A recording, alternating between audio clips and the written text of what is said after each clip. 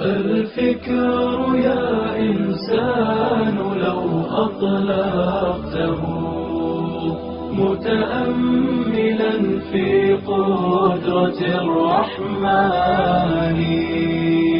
لخضعت إجلالا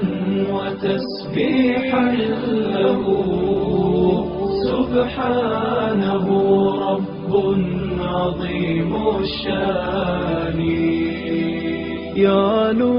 ولا يعلى وجل علوه وصفاته كملت بلا نقصان سلطانه باق ويبقى ملكه هذا ويفنى كل ذي سلطان في كل شيء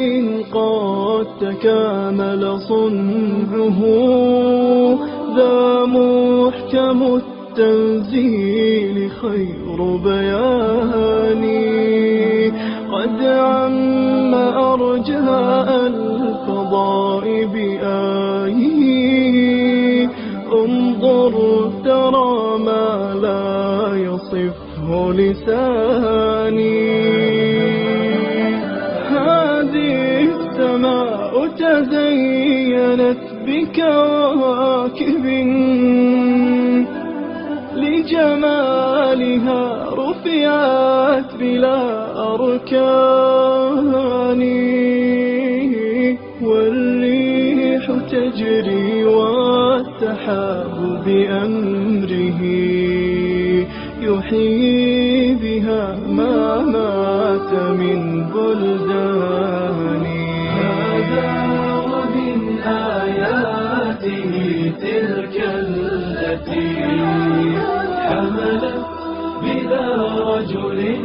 ولا بهتان والكل جند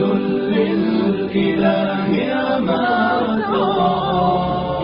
جندا يقض مضاجع